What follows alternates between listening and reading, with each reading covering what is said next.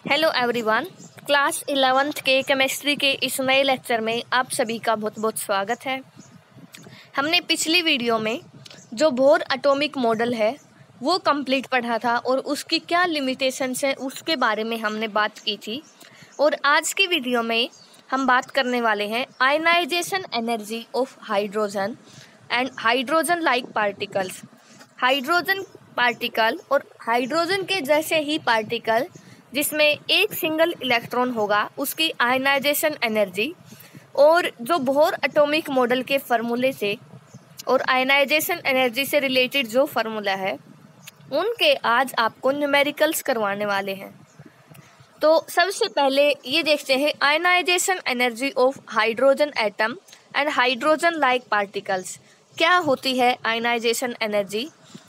अगर हमारे पास मान लीजिए कोई भी एटम है, ये उसका न्यूक्लियस, और हमारे पास ये आउटर मोस्ट सेल में इलेक्ट्रॉन प्रेजेंट है, तो आउटर मोस्ट इलेक्ट्रॉन रिमूव करने के लिए जितनी एनर्जी की रिक्वायरमेंट होगी, जितनी एनर्जी की ज़रूरत पड़ेगी ये जो आउटर मोस्ट सेल में इलेक्ट्रॉन है इसको रिमूव करने के लिए, तो आयनाइजेशन एनर्जी बोला जाएगा।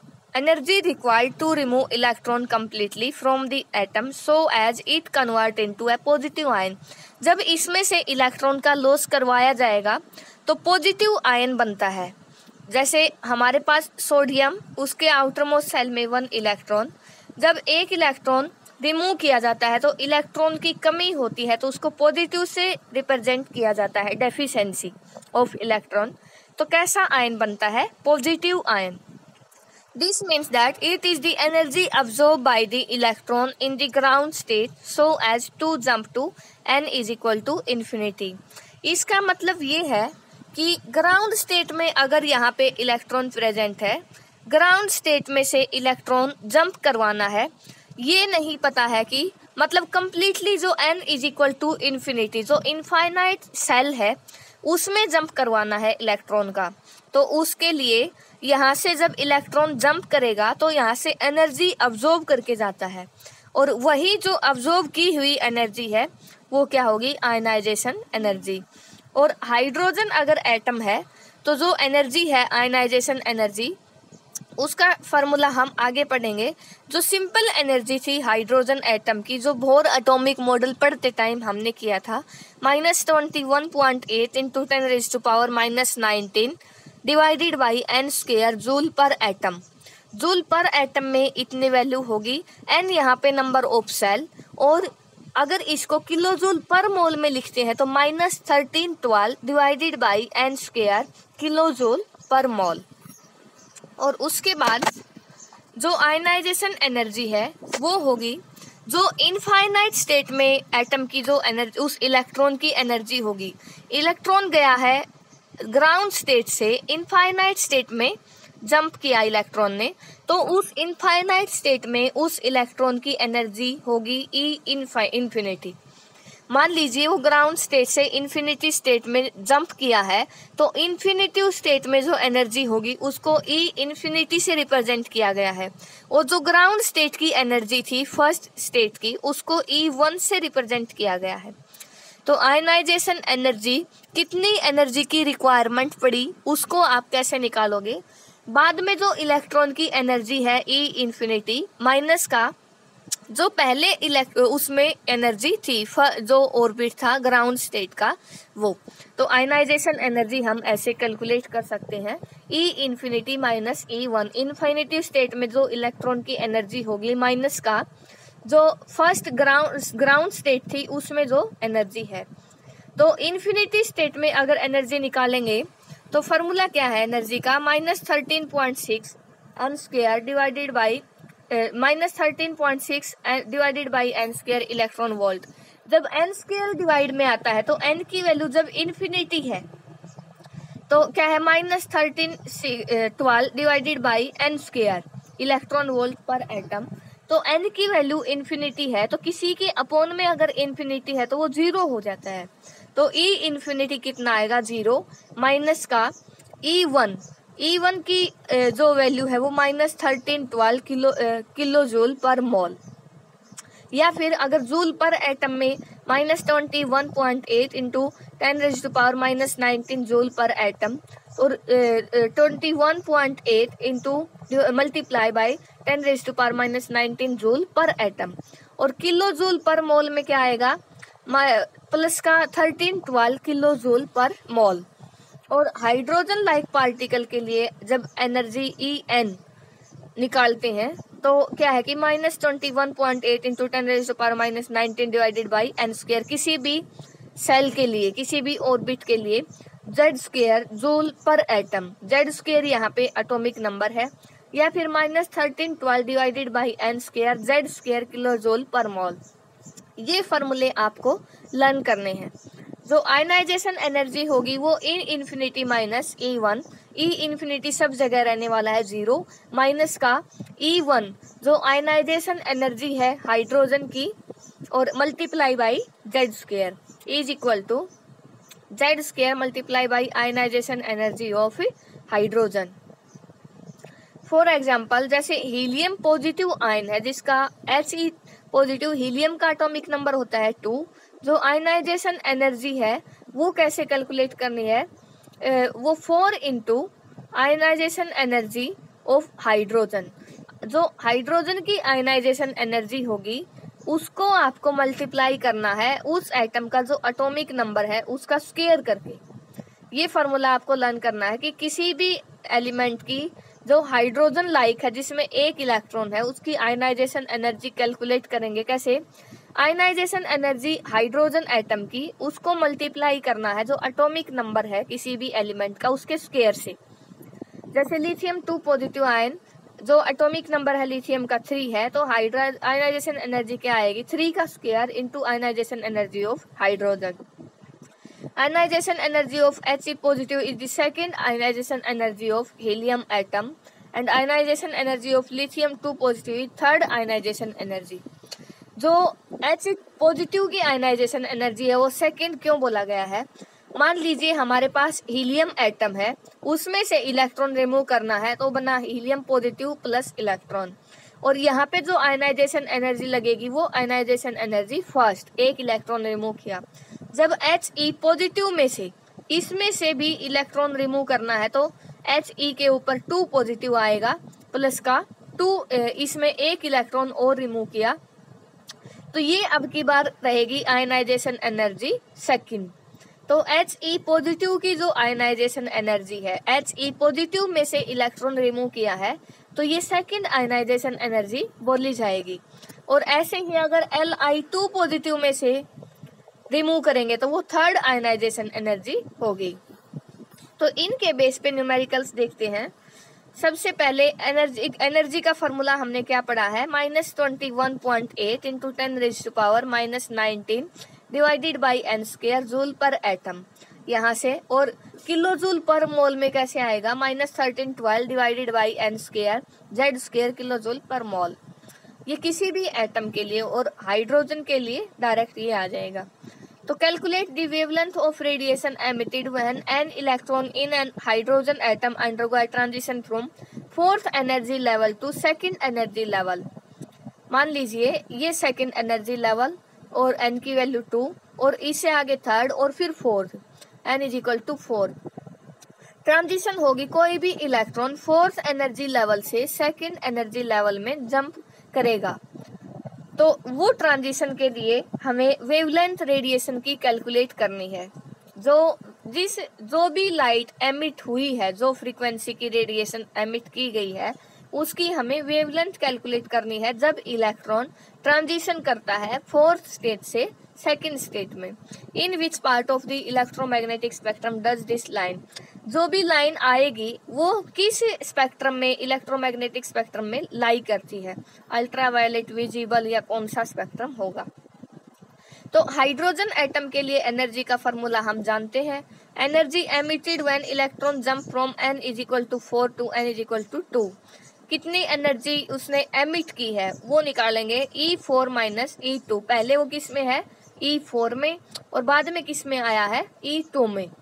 तो E4 माइनस E2, जो उसकी E4 फोर्थ स्टेट में जो एनर्जी थी उसकी, उसमें से माइनस कर दिया जो उसकी सेकंड स्टेट में एनर्जी है अभी फिलहाल, तो उसके बाद ये पता चल जाएगा उसने कितनी एनर्जी एमिट की है। तो एक बार E4 निकालना है तो इसमें 4 वैल्यू पुट कर देंगे, माइनस का 2 में निकालनी है तो 2 का, और उसको अगर आप सोल्व करोगे तो आपका आंसर आ जाएगा। हमें कैसे करना है, जैसे -21.8 into 10⁻⁻19 divided by n square है तो 4 स्क्वायर, और फिर माइनस, और फार्मूला में भी माइनस है तो फिर दोबारा माइनस, और ये सभी ऊपर वाला कंप्लीट, और डिवाइडेड बाई 2 का स्क्वायर। जब आप इसको मैथमेटिकली अच्छे से सोल्व करोगे तो लास्ट में हमारा आता है 21.8 इंटू 10⁻⁻19 कॉमन आएगा, और 1/2 का स्क्वायर माइनस 1/4 स्क्वायर, तो इतना जो लास्ट में आंसर आ जाएगा। ये तो हमारा आया एनर्जी का चेंज, कितनी एनर्जी एमिट की। हमें तो जो एनर्जी एमिट की है उसके कोरस्पॉन्डिंग वेवलेंथ कैलकुलेट करनी है, और हम जानते हैं वेवलेंथ और एनर्जी का जो रिलेशन होता है E = h न्यू, h यहाँ पे प्लैंक्स कांस्टेंट, न्यू यहाँ पे फ्रीक्वेंसी। तो वेवलेंथ कैलकुलेट करनी है तो न्यू होता है c/λ, c velocity of light, lambda wavelength, तो E = h × c/λ। h c value हमें पता होती है, लैम्डा हमें कैलकुलेट करना है, E हमारा यहाँ से कितनी एनर्जी एमिट की है वो आ चुका है, तो सभी वैल्यू हमें जस्ट पुट करनी है। Lambda = hc/E, E = h new, hc/λ। Lambda की वैल्यू हमें चाहिए, लैम्डा उस साइड ले जाएंगे, लैम्डा = hc/E, E की वैल्यू यहाँ से पुट करनी है। h जो प्लैंक्स कांस्टेंट है उसकी वैल्यू हमें पता होता है 6.625 या 6 भी बोल सकते हैं, तो 10⁻⁻34 joule second. Velocity of light 3 × 10⁸ metre per second, ये वैल्यू भी हमें पता होता है, और एनर्जी की वैल्यू यहाँ से आ चुकी है। तो लास्ट में जो आंसर आएगा हमारा 4863 एंगस्ट्रॉम, और एंगस्ट्रॉम को अगर आप नैनोमीटर में लिखते हैं तो 486.3 नैनोमीटर, क्योंकि 1 जो एंगस्ट्रॉम है वो होता है 10⁻⁻10 मीटर, और 1 जो नैनोमीटर होगा वो होता है 10⁻⁻9 मीटर। ये हम फर्स्ट जो चैप्टर है उसमें अच्छे से यूनिट कन्वर्जन कर चुके हैं। 1 एंगस्ट्रॉम होगा 10⁻⁻10 मीटर, और जो 1 नैनोमीटर है वो होगा 10⁻⁻9 मीटर। तो 10⁻⁻10 यहाँ पे है और हमें -9 बनाना है, तो हम क्या करेंगे 10 से मल्टीप्लाई और 10 से डिवाइड करेंगे।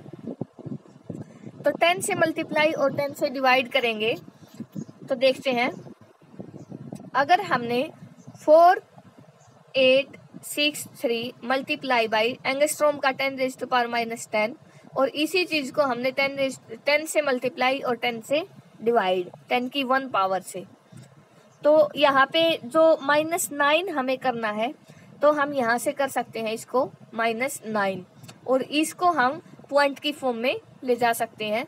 1 के बाद पॉइंट आ जाएगा 486.3 मल्टीप्लाई बाई 10⁻⁻9 मीटर, और 10⁻⁻9 को हम लिखेंगे 486.3 नैनोमीटर। इतना हमारा आंसर आया है, और ये जो रीजन होता है 486 जो नैनोमीटर है, इतना जो रीजन है वो किसके अंदर आता है, विजिबल रीजन के अंदर। तो किस रीजन में लाई करेगी, जो वेवलेंथ हमारी आई है विजिबल रीजन में लाई करती है। सेकंड न्यूमेरिकल है, calculate the energy associated with the first orbit of He positive ion. Energy associated है first orbit of He positive, what is the radius of this orbit. हमें energy calculate करनी है जो helium positive ion है उसके first orbit की, मतलब जो n की वैल्यू है हमारी वो कितनी है 1, और जो एटॉमिक नंबर है हीलियम के लिए वो है हमारा 2, और रेडियस भी इस ऑर्बिट की कैलकुलेट करनी। सबसे पहले एनर्जी का फॉर्मूला हाइड्रोजन लाइक पार्टिकल के लिए, क्योंकि जब हाइड्रोजन लिखते हैं तो यहाँ पे Z² नहीं आएगा, ये हाइड्रोजन के जैसा ही पार्टिकल He पॉजिटिव जिसमें एक इलेक्ट्रॉन है, तो उसका जो फॉर्मूला है एनर्जी का En = -21.8 × 10⁻⁻19। यहाँ पे जो एक पॉइंट हटा के लगा रखा है, आप ऐसे एक ही वैल्यू याद रखना, -21.8 इंटू 10⁻⁻19 जूल पर एटम। आपको ये लर्न करना है। ये 10⁻⁻18 की फॉर्म में दे रखा है, 2.18 into 10⁻⁻18 divided by n² z² joule पर एटम। आप यहाँ पे पजल मत होना, ये वैल्यू पुट कर सकते हो। और उसके बाद जो हीलियम पॉजिटिव है, Z की वैल्यू हमें पता है, N की वैल्यू भी इसमें यहाँ पे बता रखी है फर्स्ट ऑर्बिट, तो हम सब पुट करेंगे तो जो E1 आ जाएगा हमारा फर्स्ट ऑर्बिट के लिए E1, तो इतना जूल आंसर आ जाएगा। और रेडियस बतानी है उस हाइड्रोजन लाइक पार्टिकल की, जो रेडियस आएगी उसका फॉर्मूला है 0.0529 n² divided by Z nanometre. ये एटॉमिक रेडियस आएगी। Z एटॉमिक नंबर हीलियम का 2, वो पुट किया हमने, N की वैल्यू 1 का स्क्वायर पुट किया, तो इतना नैनोमीटर हमारी रेडियस आ गई। रेडियस निकालने का क्या फार्मूला है, 0.0529 डिवाइडेड बाई Z ऊपर n², इतना नैनोमीटर। और जो नेक्स्ट न्यूमेरिकल है, calculate the velocity of the electron in the first Bohr orbit. First Bohr orbit मतलब जो N की वैल्यू है क्या है 1, hydrogen atom. Given the bore radius हमें दे रखी है, प्लैंक्स कांस्टेंट की वैल्यू दे रखी है, इलेक्ट्रॉन का मास दे रखा है, और ये बता रखा है कि जो 1 जूल है वो किसके इक्वल है, 1 kilogram metre square second inverse square. तो वेलोसिटी कैलकुलेट करनी है गाइज। वेलोसिटी से रिलेटेड जो फार्मूला था वो था mvr is equal to nh/2π। n number of orbit जो कि 1 दे रखा है, h प्लैंक्स कांस्टेंट हमें वैल्यू पता होती है, 2π की वैल्यू हमें खुद पता है, मास दे रखा है इलेक्ट्रॉन का, वेलोसिटी हमें कैलकुलेट करनी है, रेडियस दे रखी है एंगस्ट्रॉम में।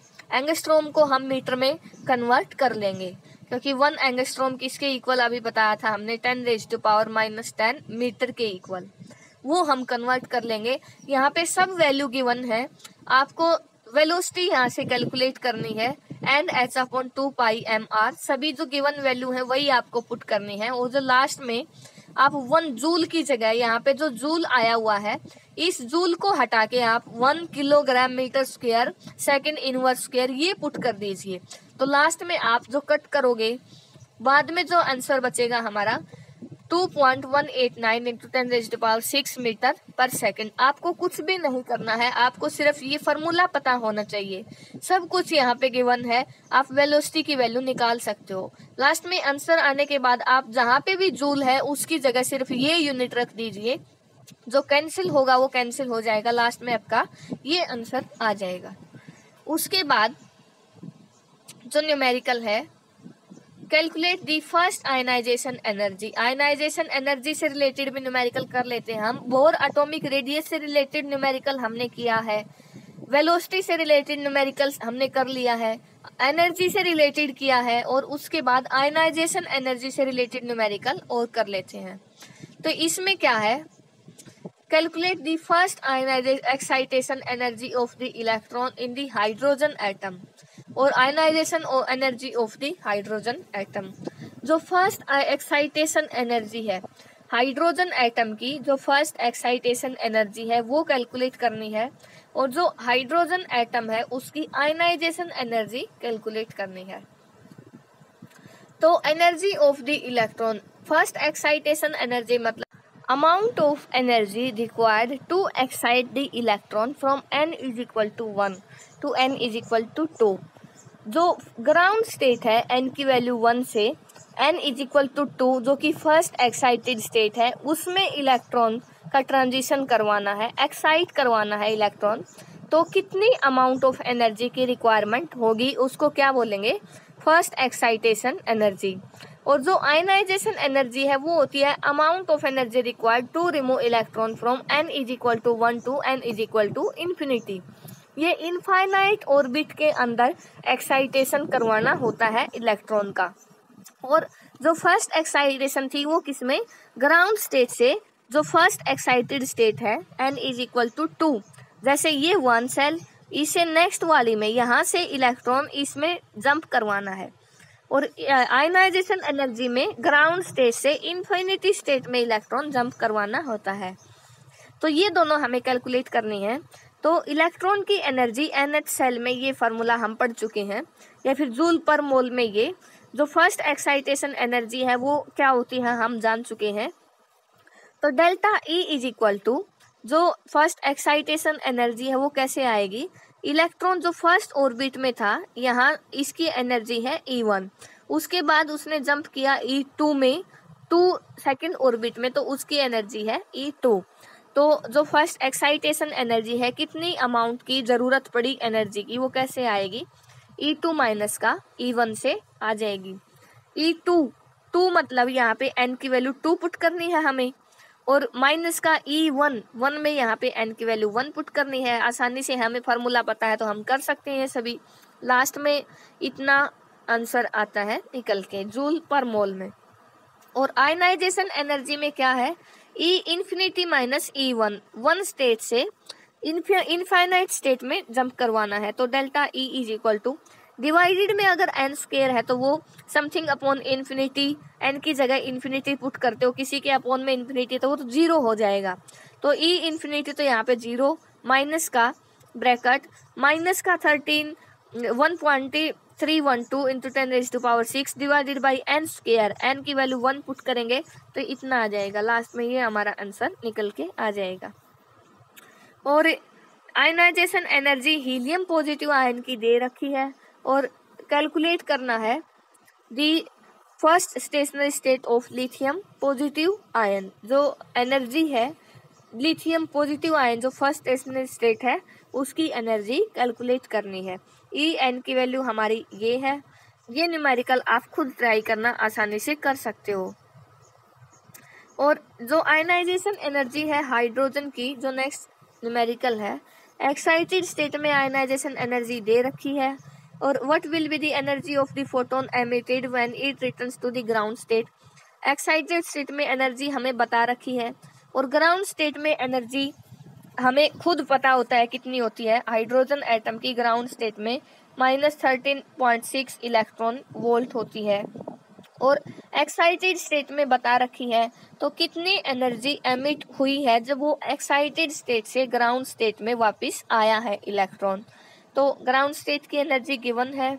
आयनाइजेशन एनर्जी है हाइड्रोजन एटम की एक्साइटेड स्टेट में, वो दे रखी है कितनी है। तो जो आयनाइजेशन एनर्जी दे रखी है हाइड्रोजन की एक्साइटेड स्टेट में, तो एनर्जी है वो हाइड्रोजन की एक्साइटेड स्टेट में ही कितनी -0.85 इलेक्ट्रॉन वोल्ट, क्योंकि जो आयनाइजेशन एनर्जी बता रखी है वही क्या है उसकी एक्साइटेड स्टेट में हाइड्रोजन की एनर्जी ही गिवन है हमें। तो कितनी एनर्जी एमिट की है उसने, जो वही ई फाइनल माइनस जो एक्साइटेड स्टेट में एनर्जी है माइनस का जो ग्राउंड स्टेट में उसकी एनर्जी है वो ई, मतलब जो सेकंड स्टेट है या कौन सी भी है E2 माइनस E1, या फिर एक्साइटेड स्टेट में एनर्जी माइनस का एनर्जी इन ग्राउंड स्टेट। तो हमें सिर्फ फार्मूले पुट करने हैं, यहाँ पे दोनों एनर्जी हमें बता रखी है।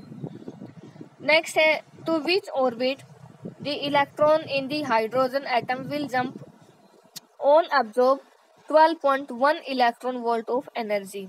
जब हाइड्रोजन एटम जंप करता है किसी स्टेट में, मतलब वो किस ऑर्बिट के अंदर जंप किया है उसने, जब उसने 12.1 इलेक्ट्रॉन एनर्जी अब्जॉर्ब की है। अब की बार यहाँ पे n की वैल्यू पूछ रखी है, किस ऑर्बिट में जंप किया है। हम हाइड्रोजन एटम की एनर्जी nth ऑर्बिट में जानते हैं, En is equal to -13.6 divided by n square electron volt. और जो एनर्जी है उसने जो अब्जॉर्ब की है वो कितनी दे रखी है 12.1 इलेक्ट्रॉन वोल्ट। और ग्राउंड स्टेट में कितनी होती है E1 -13.6 इलेक्ट्रॉन वोल्ट। और अब्जॉर्ब की इतनी, तो उसका ऑर्बिट कौन सा होगा। तो after absorbing 12.1 electron volt the energy will be, शुरुआत में एनर्जी थी इतनी और उसने अब्जॉर्ब करने के बाद जो एनर्जी बची है वो कितनी होगी टोटल, और उसमें से जितनी उसने अब्जॉर्ब की है वो कम कर दिया हमने, तो बची कितनी -1.5 इलेक्ट्रॉन वोल्ट, इतनी एनर्जी बची है। तो -13.6 divided by n square electron volt is equal to जो बची हुई एनर्जी है उसके इक्वल हमने पुट कर दिया, क्योंकि एनर्जी का क्या फार्मूला होता है, -13.6 divided by n square electron volt. और n की वैल्यू हमें कैलकुलेट करनी है, जो बची हुई एनर्जी है वो हमें पता है कितनी एनर्जी उसमें अब मतलब बची है उसके बाद। तो यहाँ से हम ये बता सकते हैं जो जिस ऑर्बिट के अंदर वो इलेक्ट्रॉन है उसके पास अभी इतनी एनर्जी है। शुरुआत में इलेक्ट्रॉन के पास इतनी एनर्जी थी, अब जब उसने इतनी की तो उसके बाद ये बता सकते हैं ना, अब वो जिस भी ऑर्बिट में उसके पास खुद के पास कितनी एनर्जी है वो हमें पता है। खुद के पास जितनी एनर्जी है उसको हम इक्वल टू पुट करेंगे ये -13.6 divided by n square equal to -1.5 electron volt. यहाँ से n की स्क्वायर की वैल्यू आ जाएगी और n की वैल्यू लास्ट में आएगी 3। तो इलेक्ट्रॉन किस ऑर्बिट में जंप कर रहा है, वो थर्ड ऑर्बिट के अंदर। तो गाइज ये थे हमारे जो बोर एटॉमिक मॉडल है उससे रिलेटेड न्यूमेरिकल्स। Thank you.